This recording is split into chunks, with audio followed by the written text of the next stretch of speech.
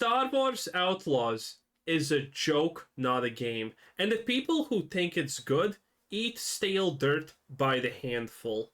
I understand that the AAA games industry often does not care at all about game optimization, but 3060 Ti for this, that's just insane to me. Star Wars Outlaws is set to launch in the next 30 days.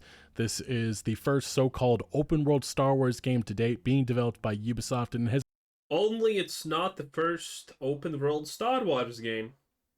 It's not even the second, actually, when you look at it. It's been mired in controversy for the last couple of months. It really began with the premium editions of the game being announced, in which you have to spend well over $100 for the full experience. I just really do not like these practices coming from the AAA games industry. You know, games technically are $70, but you have to spend a lot more than that to get all of the content, and that's exactly what's happening here. They're selling quote-unquote early access. They have paywalled certain missions unless you buy the Ultimate Edition or such. So this is a I can't wait until they start selling the Ultimate Edition. practice that Ubisoft has become notorious for in recent years, along with their microtransactions in single-player games. Now, to be fair, Blizzard also does this. A lot of companies also do it, but Ubisoft really loves this approach. And it continues. And that at the time led to the story trailer being mass disliked, along with controversy in regards to the facial Hell yeah, boys. I'm a part of this. look of Kay Vest, the main protagonist of Star Wars Outlaws. A lot of people looking to the model, the voice actor of Kay Vest, and the absolute ugliness that we see here. Like, look at this. And you know what's the best part? Media is gonna tell you that women like her don't exist in real life, while literally pointing at her and showing her. Game developers, you know, fat feminists, are also gonna tell you that these women don't literally exist in the world. Except this is your typical gas station cashier. Speaking from experience, by the way. saying, why doesn't it exactly look like her? She's very beautiful, and the character a little less so, and that has been A little less so, he said.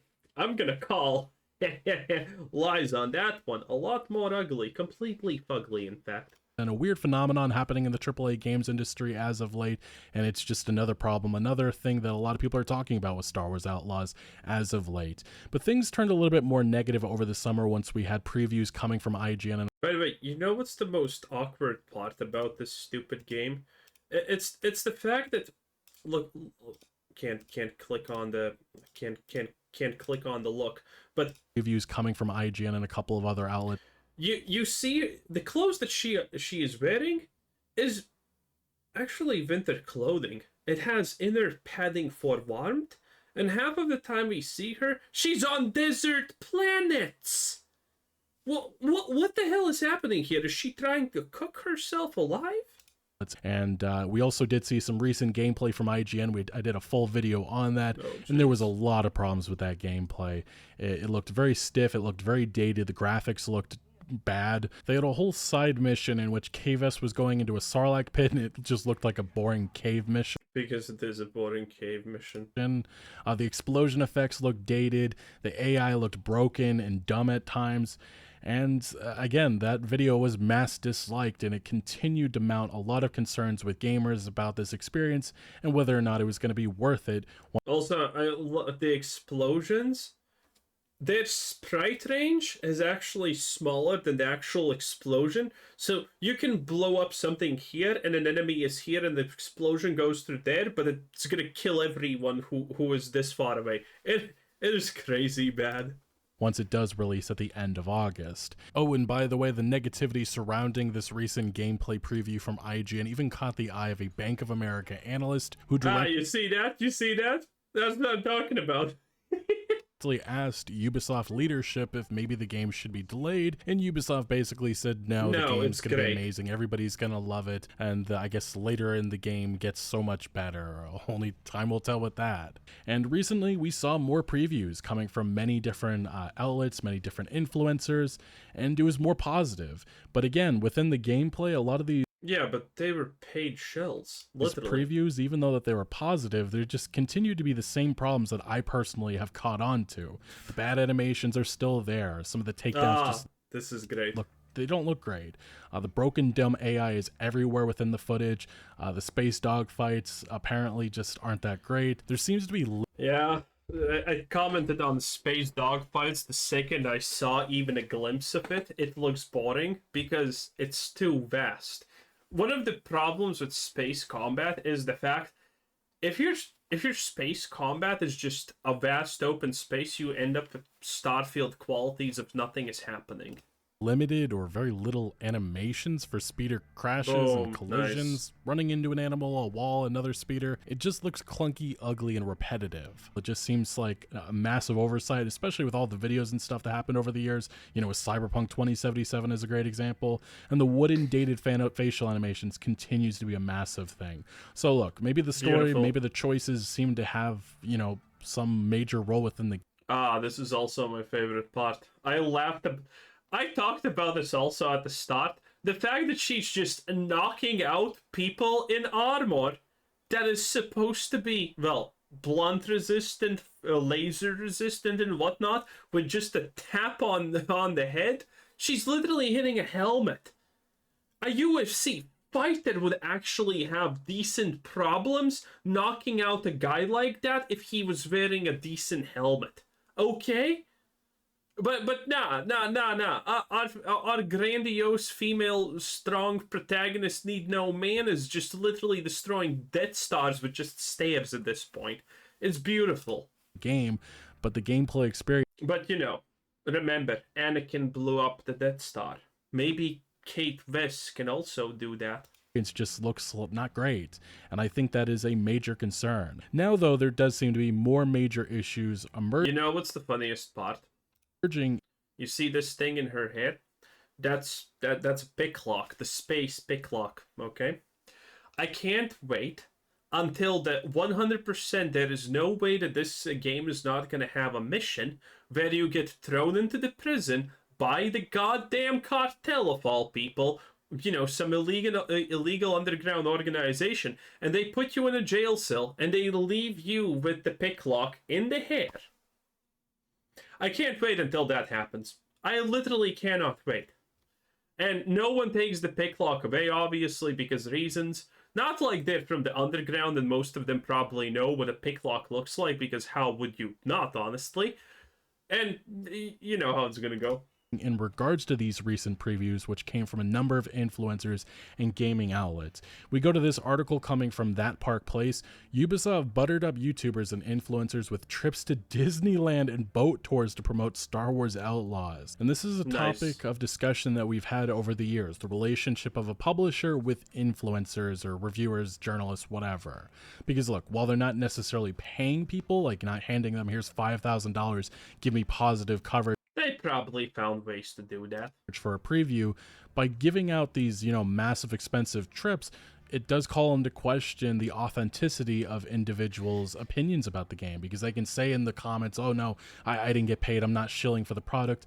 But look, in the back of the mind of these influencers, they don't want to miss out on future opportunities. Yep. And that is something that definitely needs to be factored into this conversation, but it always seems to be missing. So we continue with this article. It goes on to mention a new investigation into Ubisoft's marketing campaign for Outlaws reveals the company buttered up YouTubers and influencers with trips to Disneyland and boat tours. Who did we have? Juice Head, Luke Stephens,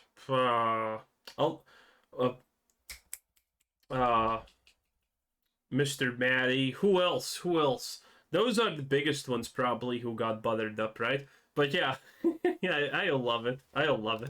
Before giving them access. Ubisoft, you could have done that to me. Now, admittedly, I don't want a trip. I want just money, and you can pay me for a speaking service online. It's pretty easy, And then I would preview the game for you and call it amazing, obviously. Again, listen, I'll shill anything for enough money, okay? My soul is very much up for the price, and it's not even that steep.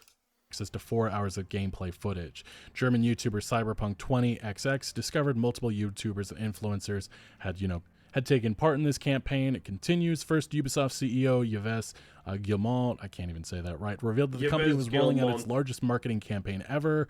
What we factored into is the only surprising fact about Ubisoft is that the CEO of the company is still a man. I don't know how that happens, honestly. Strong launch for Star Wars Outlaws. This game is going to sell no matter what. That's one thing I do need people to understand. Look, we can talk. There is no way this game is gonna sell even remotely as well as they expect. Listen, the pre-orders were already online. The pre-orders are the ones that they judge how the game is gonna do. And trust me, there is no living world where they butter up YouTubers, take them on boat rides, leave them in hotels with beds already made with women in them, and do that unless the game is not selling well. Ubisoft already knows that this is gonna be bad. There is no way. Okay? 5 years ago, this would have slid. People would buy it, and people would talk. But people have learned over time that no, if it looks like shit, smells like shit, tastes like, you guessed it, shit, it's probably exactly that. And people don't buy this crap. Judge a book by its cover. It's always right, almost. And the one time out of 1,000 it's not right, who cares? About all of the controversy, we could talk about everything. This is Star Wars. It's going to sell. I don't think anybody's arguing about that. But there is a difference between, you know, multi-million sales and a couple of million. And I do think controversy does factor into that, and also impressions like the ones we're talking about, because that does sway a lot of sales.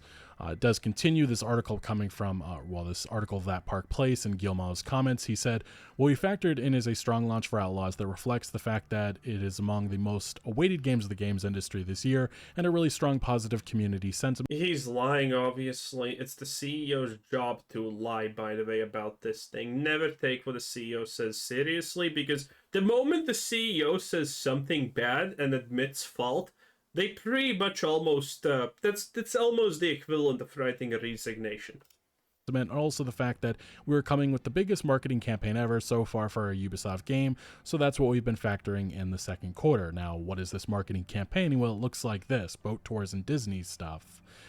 Part of the biggest marketing campaign ever was flying out YouTubers and influencers to Los Angeles to give them 4 hours of the game. The influencer, YouTuber Cyberpunk, revealed that one of his fellow German YouTubers confirmed the claim that it was the biggest marketing campaign ever. It continues on, saying that they shared footage from British influencer and YouTuber Louis Julie, who revealed she was brought out to Los Angeles by Ubisoft early and was taken on a boat tour that she claims was originally a whale tour to see if we could spot any whales. It just seems kind of weird for a AAA game publisher to take someone out on that type of trip.